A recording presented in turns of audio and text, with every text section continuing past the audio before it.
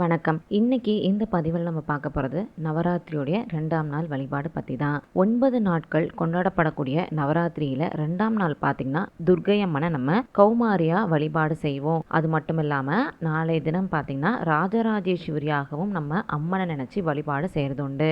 இந்த வழிபாடு செய்கிறப்ப நம்ம சொல்ல வேண்டிய சிறப்பான மந்திரங்கள், வழிபாடு முறைகள் பற்றியெல்லாம் தான் இப்போ நம்ம தெரிஞ்சுக்க போகிறோம். தொடர்ந்து பதிவை பாருங்கள். அதுக்கு முன்னாடி உங்களுக்கு ஆன்மீகம் சம்மந்தப்பட்ட தகவல்கள் பிடிக்கும் அப்படின்னா நம்மளோட சேனலை மறக்காமல் சப்ஸ்கிரைப் பண்ணிக்கோங்க. இப்போ வாங்க நம்ம பதிவுக்குள்ள போகலாம். ஆண்களுக்கு ஒரு நாள் சிவராத்திரி, பெண்களுக்கு 9 நாள் நவராத்திரி அப்படின்னு சொல்லுவாங்க.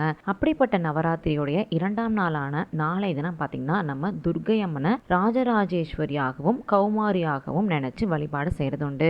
அப்படி நம்ம வழிபாடு செய்யறதுக்குரிய வழிமுறைகளை பத்தி இப்போ நம்ம தொடர்ந்து பார்க்கலாம். நாளை தினம் நம்ம சாயங்காலம் 5:30 மணிலேருந்து 9:30 மணிக்குள்ளார இந்த வழிபாடு நம்ம செஞ்சு முடிச்சிடணும். இந்த வழிபாட்டுக்கு பார்த்தீங்கன்னா கருப்பு கொண்டக்கடலை சுண்டல், புளி சாதம், லட்டு, மாம்பழம் இந்த மாதிரி பொருட்கள்லாம் நெய்வேத்தியமா வச்சு வழிபாடு செய்யணும். நாளை தினம் நம்ம அணிய வேண்டிய உடையுடைய நிறம் என்ன இருக்கணும் அப்படின்னு பார்த்தீங்கன்னா மஞ்சள் நிறத்துல இருக்கணும். அது மட்டும் இல்லாம நீங்க அம்மனுக்கு தினமுமே புடவை மாத்துவீங்க அப்படின்னா மஞ்சள் நிறத்துல இருக்கக்கூடிய புடவையை வாங்கி நாளை தினம் நீங்க அம்மனுக்கு சாத்தி வழிபாடு செய்யறது ரொம்ப ரொம்ப நல்லது. நாளை தினம் நம்ம அம்மனுக்கு அர்ச்சனை செய்யறதுக்காகவும் அலங்காரம் செய்யறதுக்காகவும் கண்டிப்பா பூலாம் வாங்குவோம் இல்லையா? அது மாதிரி வாங்குறப்ப துளசி, மரிக்கொழுந்து, முல்லை இந்த மாதிரி மலர்களை பயன்படுத்துறது ரொம்ப நல்லது. இதை தவிர்த்து வேற வாசனை மிகுந்த மலர்கள் எது வேணாலும் நம்ம பயன்படுத்திக்கலாம். அதே மாதிரி மஞ்சள் நிறத்தில் இருக்கக்கூடிய மலர்களை பயன்படுத்துறது ரொம்ப ரொம்ப நல்லது. ஆனா முக்கியமா இந்த 3 மலர்கள், அதாவது துளசி, மரிக்கொழுந்து, முல்லை, இதை நம்ம கண்டிப்பா பயன்படுத்திக்கணும். நாளைய தினம் பார்த்தீங்கன்னா நம்ம வீட்டில் 3, 5, 7 அப்படிங்கிற எண்ணிக்கையில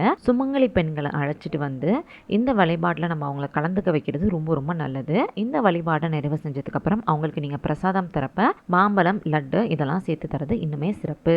ஒருவேளை நீங்க கொலு வச்சு வழிபாடு செய்றீங்க அப்படின்னா நாளைக்கு காலையில நீங்க எளிமையான முறையில வழிபாடு செஞ்சுட்டு சாயங்கால வேளையில நீங்க இந்த முறையில வழிபாடு செஞ்சுக்கோங்க. இந்த வழிபாடை நீங்க செய்றப்ப துர்க்கை அம்மனையும் ராஜராஜேஸ்வரி அம்மனையும் கௌமாரி இவங்க எல்லாரையும் நினைச்சு இப்போ நம்ம அடுத்து பார்க்கக்கூடிய இந்த மந்திரத்தை 27 முறை சொல்லி வழிபாடு செய்கிறது ரொம்ப ரொம்ப நல்லது. அந்த மந்திரம் என்ன அப்படிங்கிறத நான் டிஸ்பிளேல கொடுத்துருக்கேன். ஸ்க்ரீன்ஷாட் எடுத்துக்கோங்க, இல்லை பார்த்து கூட எழுதி வச்சுக்கோங்க.